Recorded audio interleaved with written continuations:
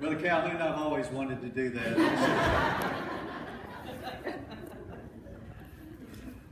It is a blessing to be with you again tonight and have the opportunity of sharing with you in the teaching of missions and of sending missionaries. I promised you earlier today that tonight I would tell you the story of Pastor Ellie. Now, I know that that looks like Eli to you, but since it is, and that is his name, Eli, like in the Bible, but it is pronounced in Swahili, Eli. But to tell you Pastor Ellie's story, I have to sort of tell you our story.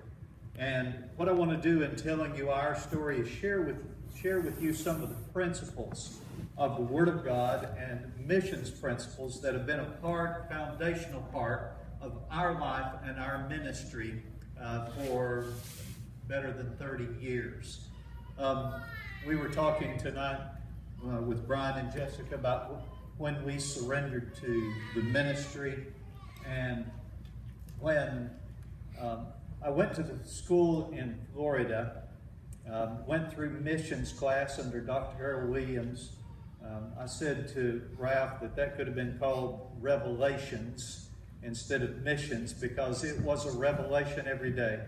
I grew up in the hills of North Alabama and never really saw missionaries, knew very little about missions. And so going through that missions class really changed my life. I felt that maybe at that time God was calling me to be a foreign missionary, and I prayed about it. And buddy, the answer I got from God was that I needed some pastoral experience first. And I still feel very strongly about those who go to the mission field having pastoral experience, having experience in ministry before they go and teach others. And so I accepted the pastorate of Riverview Heights Baptist Church in Wauchula, Florida. In those days it was still named Calvary, and there were 9 of us on my first Sunday there. That included 3 Rayburns. Our son hadn't been born yet. And so it was the 3 Rayburns and 6 other people in the congregation that morning. I remember working really hard to get a good group together, and we had a high Sunday of 18. Well, I was there for 7.5 years, and the Lord built a church, and we built a building. When I left there in 1983, surrendered to the foreign mission field, we had a $34,000 per year Faith Promise mission program. It was a mission-minded church. I had been a mission-minded pastor because of those principles of missions that I had learned. And so it was a mission-minded church. Somewhere along the way, I thought that maybe that was my calling from God, to, instead of going to the mission field, to pastor a mission-minded church. But I could never get away from the go in the commission. Go ye therefore and teach all nations. That is, go and make disciples of all nations. And I told you this morning that thing about the going, you know, the participial phrase and all of that. It is a command in every translation I have ever seen, and I can break it down and tell you the Greek and explain it to you why it is a command. But in every translation I've ever seen, it is translated as a command. And I could not get away from the go. It was not enough for me to send. It was not enough for me to support. God's calling on us was to go. And I told you that you don't just drop by Nairobi, Kenya. It's not anywhere on the way that where you would normally, you know, if it's that thing of wherever you just happen to be going, make disciples, that doesn't work. You have to go on purpose. And so in May of 1983, I resigned the pastorate at Riverview Heights, began deputation, and in May of 1984, we moved to the field in Kenya, East Africa. We worked in Kibera and in a lot of other places, but one of the places that we worked was in Kibera. That is a slum area where 250,000 people, at that time, 250,000 people lived in just over 1 square mile of mud and tin shanties. There's no running water there. There's a water spigot every quarter mile or so scattered through there, and people walk there and fill up their buckets and Debbie cans of water, buy their water and carry it home. There are very few houses among all of that have electricity, and there's no indoor plumbing in Kibera. There's one outside drop toilet for about every 50 to 250 people. That's just the toilet. The showers, they shower in the alleyways between the buildings. You cannot imagine. You see the pictures, you cannot imagine the smells. And yet the Lord allowed us to plant 2 congregations in Kibera, another congregation in Dagoretti Corner. This is the Dagoretti Corner congregation. This is the beginning of the first Landmark Baptist Church of Kenya. Our goal in going to Kenya was to plant indigenous churches. Now, what does that mean? That means a Kenyan congregation made up of Kenyan people meeting in a Kenyan-style building, worshiping in a Kenyan appropriate cultural way. What that means is we didn't have a piano, but man, you should have heard our drummer. Worshiping in a Kenyan language, Kenyan culturally appropriate way, led by a Kenyan pastor who is supported by Kenyan offerings. Now that's an indigenous congregation. And when I did my original deputation during 1983-84, before going to the field, I told the churches that I visited, don't know if they'd ever had anybody say it exactly like this before, but I said, my goal in Kenya is not to pastor a congregation. I want to go there and start congregations and train Kenyans to pastor those congregations. And people would say, well, where are you going to get those Kenyan pastors? And I guess I was just naive. I said, well, I guess God will just have to call them. And we started a Bible Institute while I was there. And in fact, during the last half of the 12 years that I was there, I spent more time training the pastors in the Bible Institute than I did in anything else. I was talking about an indigenous congregation. And people would look at pictures. This is the Makina Baptist Church in Kibera. It's the first congregation we planted in that slum. You look at those people and you see that, you know, I recognize the names, the faces and the names, and the people in that congregation, Ralph, would work for $1 a day. Now, that's in that day. Now, it's about $3 a day. The trouble is that $3 still buys now what that $1 bought back then. So the economy really hasn't changed that much. Okay, but, you know, people look at this and you see the poverty. You saw the picture of the slum, and people say, well, those people are so poor. They're so poor they can't give to God. They're so poor they can't tithe. They're so poor they can't pay their pastor. They're so poor they can't build their own buildings. We have to do it for them. But is that really what the Bible says?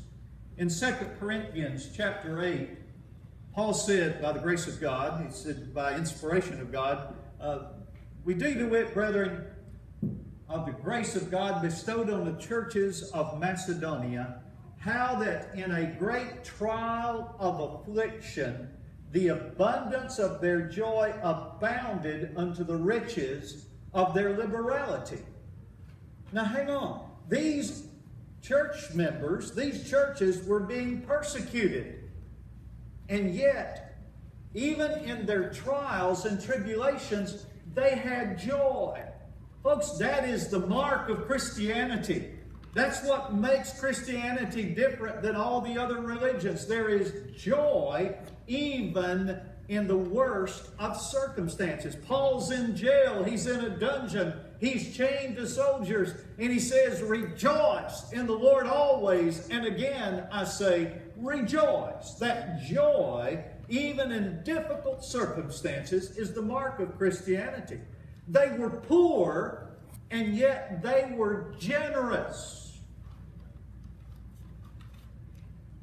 Listen to me, there is no such thing as anybody anywhere who's too poor to tithe.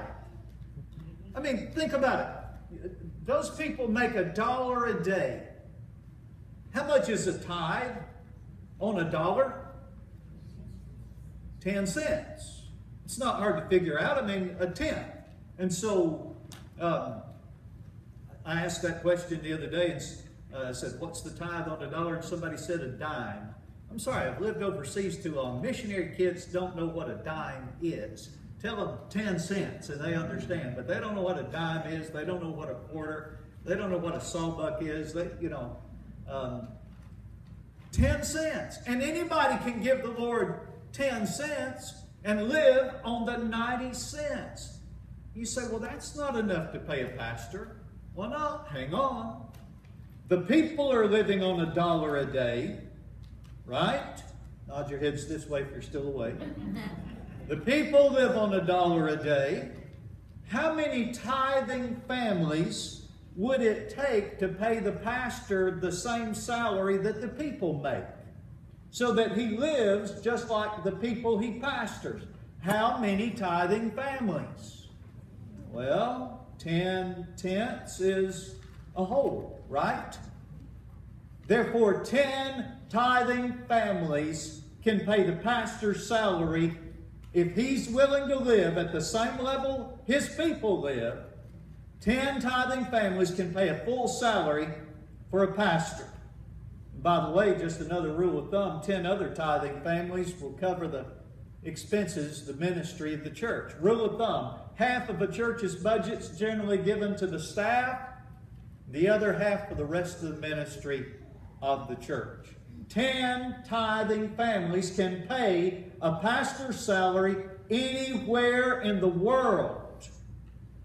No, he's not going to live by American style, but Kenyans don't live American style. Kenyans live like Kenyans. Filipinos live like Filipinos. Mexicans live like Mexicans. Australians live like Australians.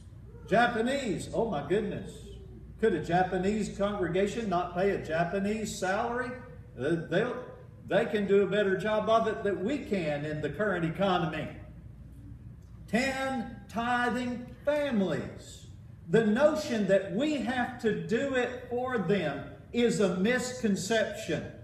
We see the poverty and our heart of compassion goes out to them, and it overrules our head, and we think like ugly Americans. God can't bless them. He has to bless us so that we can bless them. We have to take care of them. And we create dependence on us instead of teaching them to trust in God. Can God not bless them? Listen, God is always faithful, and God always blesses faith. Now, it may make us feel real good to go do something for them and give them something and provide for them, but are we really helping them? Have we not yet learned that socialism does not work? Have we not yet learned that welfare programs do not work? When you create dependence, you weaken a people rather than strengthening them. Aren't we supposed to go make disciples? Isn't that what it's about? We, as followers of Christ, living by faith, go there and make them followers of Christ, living by faith in God. And they can do it. God can bless them. I got ahead of myself. I was talking about where you're going to get those pastors. Well, God will just have to call them, and people sort of shook their head like, well, I don't think he'll do that. Looking at the picture, we started a Bible Institute. I said that the last half of my ministry in Kenya I spent most of my time working with the Bible Institute. While I was there, I planted 9 congregations. I'll be honest with you, 2 of those congregations failed. 2 of them died before I ever left the country. The other 7 are still going and serving God more than 20 years later. Indigenous biblical principles do work. Where are those pastors going to come from? Well, this is looking at the picture. Of course, I'm over here. I'm the guy with the nice, even, handsome beard, full beard. I had hair back then. The guy, Ernie over here, Ernie Hopper, never has had hair. Not since he was about 19 years old. But other than the 2 white guys in the picture, everybody else there is a Kenyan preacher or pastor.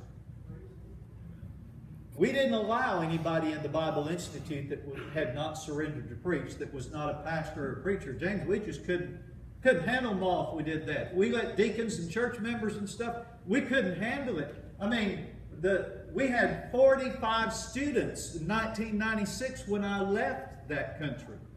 We graduated the first full graduating class of the Bible Institute, and we had 45 students. When I left, the Bible Institute continued to grow to the point that today that Bible Institute is 3 Bible Institutes meeting in different parts of the country, operating independently of each other. God is always faithful if we will trust God and believe. Listen, you can trust God. He's always faithful. The principle then of multiplication and of making disciples. Said all that to get to this point. Paul said, the things that thou hast heard of me among many witnesses, the same commit thou to faithful men who shall be able to teach others also. Buddy, there's 4 generations in that verse. Think about it. 4 generations. Paul is the first generation. The things that thou hast heard of me, Paul, first generation. The things that thou, Timothy, that's the second generation, have heard of me. Second generation. And Timothy, you're supposed to teach faithful men. Faithful men are the third generation who will be able to teach others also. We are to reproduce ourselves by making disciples who will make disciples who will make disciples. That is the fulfillment of the commission. That's what he said, go into all the world and make disciples. 4 generations. The other principle is this. The things that thou have, that you have both learned and received and heard and seen in me, do, and the God of peace will be with you. That's what I call the missionary method of life change in Philippians chapter 4. It is a secret revealed by Paul on how to make disciples. Notice that he uses in the commission, he uses teach, and it means make disciples. In Philippians chapter 4, he uses the word learned, and it's the same word. Ralph, it's not the didactic teaching model where the teacher, Jessica, stands in front of the classroom and you teach the students. They're sitting in their desk and you teach them. And, you know, when you've taught them, you hand them a piece of paper. This is sort of gross, but you ask them to regurgitate on the paper all the stuff you've poured into their head, right? I mean, it's multiple choice, or it's fill in the blanks, or it's true, false. You want them to give the right answers.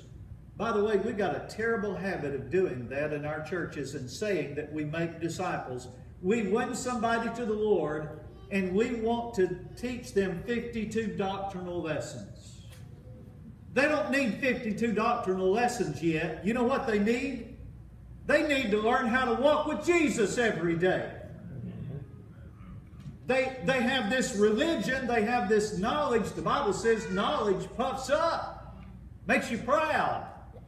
That's, I'm afraid, some folks have done 52 doctrinal lessons and they've known what to do, but they don't know how to walk with Jesus. They don't know how to have a quiet time. They don't know how to read their Bible. They don't know how to pray. They don't know how to share their faith. We're supposed to be making followers of Jesus, not theologians. And that word is not a didaska word. It's the same make disciples word. And what it means is, you've been discipled, now do it. And notice how he made the disciple. The things that you've heard and seen in me. You know how you're supposed to be making disciples, church? You're supposed to be going out and finding somebody that needs Jesus, and you share your faith and bring them to Christ, and then you demonstrate by your faith and by your life how to live. You do life with them and in front of them, and you show them what a living faith looks like. That's what this church is supposed to be doing in this community, making followers of Jesus Christ, making disciples by living out your faith, living out loud before them. Not just saying it, doing it. That's what Jesus said about the Pharisees. That they tell you to do it, but they don't do it themselves. Paul said, what you've seen in me, what you've heard from me, and what you've seen in me, do. By the way, that received word is not the normal received word. I'm looking for somebody who's got a pen in their pocket. You've got a pen in your pocket. You're the right suspect. Let me have your pen. I like that pen. Whose pen is this? Whose pen is this? It's mine now. That word received is not just a simple take it in your hand, because I did that and it was still yours. But then I brought it to me and it became mine. And that word receive is paralambano. It's the intensive receiving. Para, beside. It means to so receive something, you pull it to yourself and it becomes part and parcel of who you are. And now the test is not, Jessica, it's not whether they put the right answers on the piece of paper. It's that they live, they do, they practice what they've been discipled to do. That's mission work. That's the Great Commission. You've been mentored. I like that word. You've been mentored, discipled to do it. You have made that, what you've seen and heard, you've made it a part of who you are, and now you practice it, you do it as a part of your lifestyle. That's how you change the world, folks. That'll work in any country, in any culture in the world, making disciples. We have the opportunity to return again to Kenya in the spring. We only get to go every 3 to 7 years. Went back again in 2015, and I taught a course on the book of Hebrews in Swahili. I'm still fluent in Swahili, and when I'm not speaking Spanish. My Spanish and my Swahili don't get along at all. But I did 23 lessons, 18 hours on video in Swahili for the book of Hebrews. And while I was there, I got to meet again. I had met him once or twice before, but I got to visit with Pastor Ellie. I've told you all that so I get to tell you Ellie's story. You see in the picture, Ellie is crippled. You see the crutches, right? Ellie had polio as a child, and he cannot stand on his own. He cannot walk on his own. He cannot ambulate at all. He can't get around without those crutches. But Ellie is a great pastor and a great church planter, great soul winner, great church planter. He has already planted a self-supporting congregation, an indigenous congregation on the northern border of Mombasa, that city on the Indian Ocean there in Kenya, East Africa. James Taylor says East Kenya, and it is East Kenya, but it's Kenya, East Africa. But Ellie heard about a government program. The government was going in, tearing down some of the slums, and they were tearing down the houses in order to put in some new factories and to pay the people for the land that where they were tearing down the houses. Actually, I suspect it was all squatters living on government land. Tore the houses down, but they paid them by opening up a new area of government land and giving away the plots of land if they would build houses there. Ellie said, wow, that's a great place to go start a new congregation. I like that part. But it was an 1.5-hour walk from his home and from the church that he was pastoring. So every Sunday, Ellie preaches in his pulpit, and he walks on those crutches for an 1.5 hours one way. He was going among the new residents and meeting family members. After a few months, 3 or 4 I think it was, he called James Taylor from his cell phone, and he said, missionary, I need you to come and baptize for me. I've got 27 people who've trusted the Lord. We want to baptize them and organize a new church. You see, he had to call the missionary to come baptize because he has never baptized. Buddy's won all those people to the Lord, and he had never baptized any of them. How's he going to baptize? He can't stand on his own. How is he going to go out into the water and put somebody under the water and lift them up? He can't even hold himself up. So what do you think James did? I mean, thinking about the principles, making disciples, you show them how to do it, you teach them how to do it themselves, and then you let them do it on their own. And the next step, by the way, is you expect them to teach somebody else to do it. 4 generations, right? The things that you've heard of me, commit thou the faithful men who shall be able to teach others also. So do you think James went and baptized those people for Ellie? No. James Taylor, Clayton Howell went to Mombasa, and we all got Ellie and some of his church members in the car and hauled them to that new area and as close to the ocean as we could get. And James and Clayton carried Ellie down that mountain slope. Do you see how steep that is? That's hard to go down on your own if you're not crippled. They carried him down the slope. They carried him through the mud flat and out into the backwaters of the Indian Ocean. They held him up while he baptized those people. The first time Ellie has ever baptized.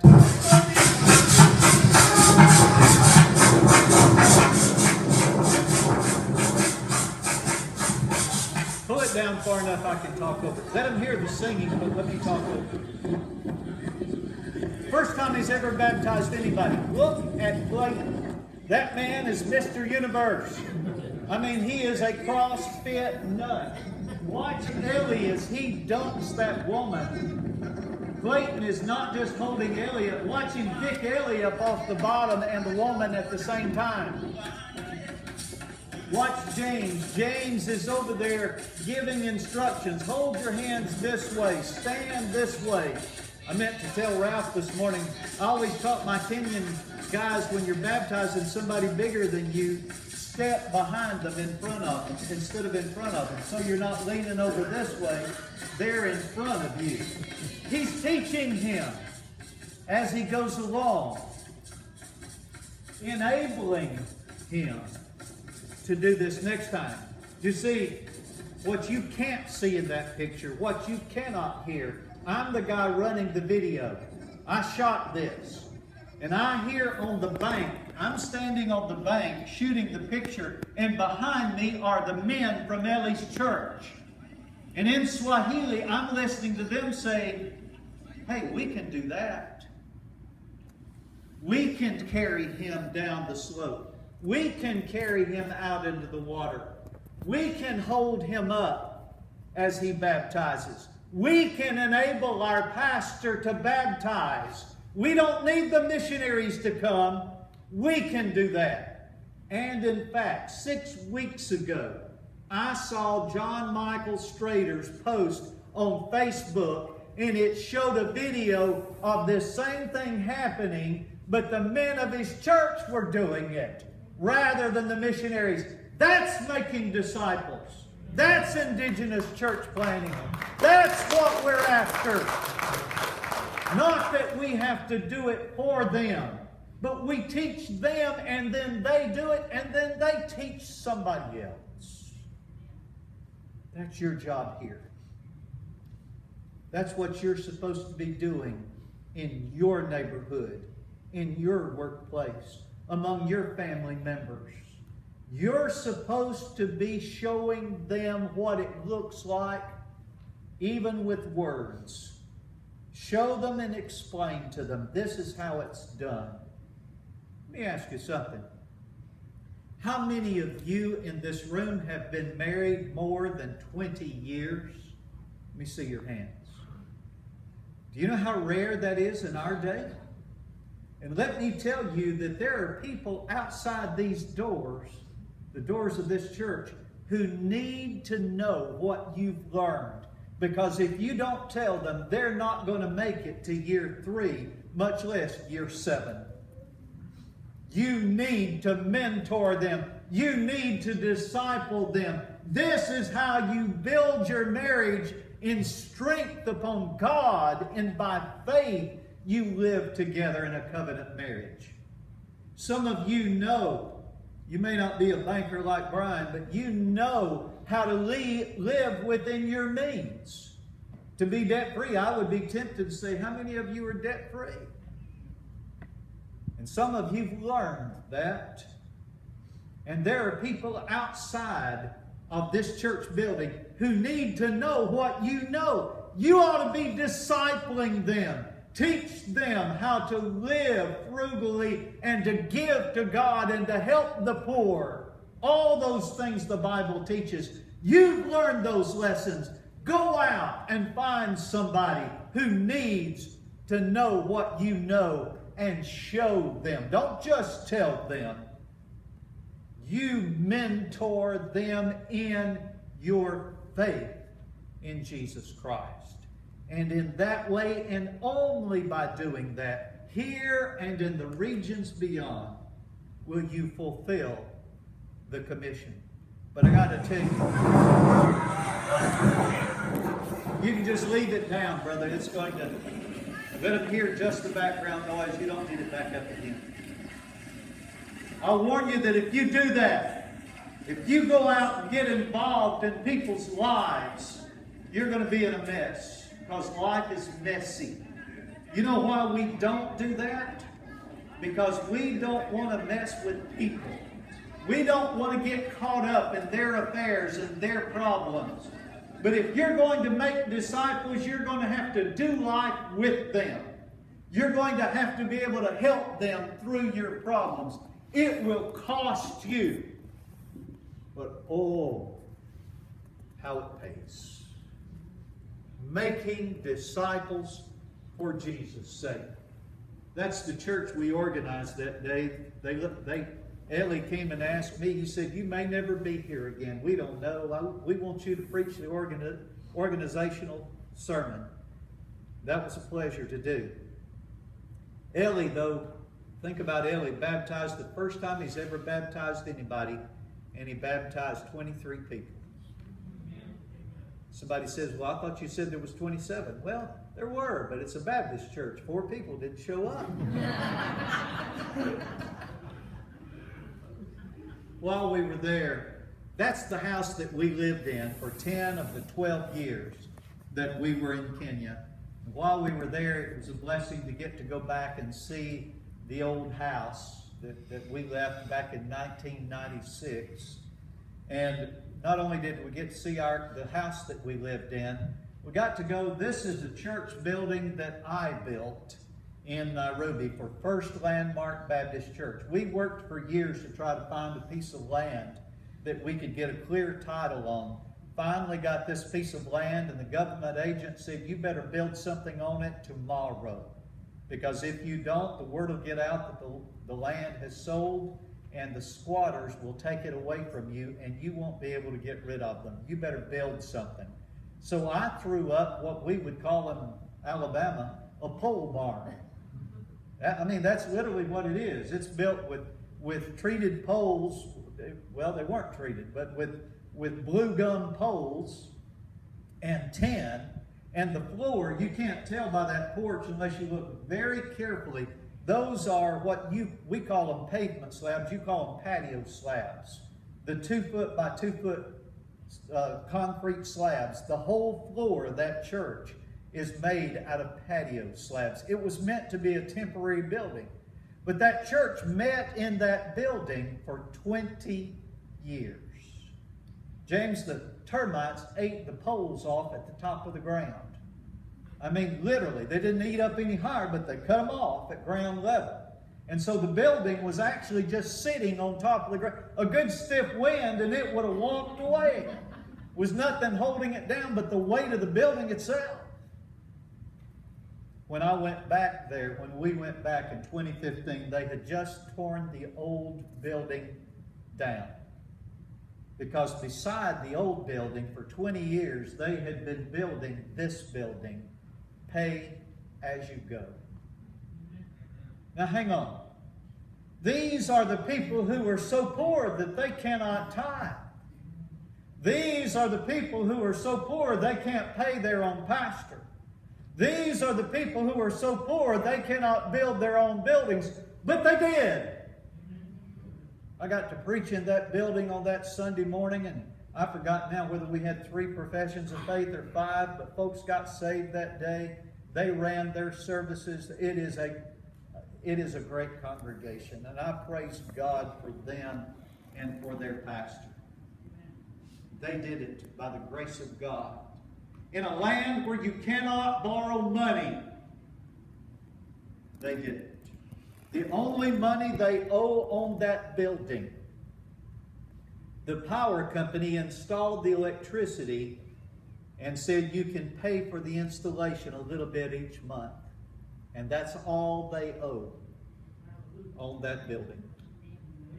God is always faithful. The pastor surprised me. He said, we knew you were coming, and I've asked all the pastors of our churches in Nairobi to meet with you this afternoon. Now there's actually 2 deacons in the crowd. This fellow over here is a deacon. The fellow right there is a deacon. This is one of my many Timothys. That's Walter Matete. He's the pastor of First Landmark Baptist Church there in Nairobi, the building, the church that I showed you. All those other guys are pastors of churches in Nairobi. They are men that I had never met. Now, some of them said, oh yeah, we remember you. And I thought, yeah, you see me all the time on your videos, because I put over 100 hours of classes on video before I ever left.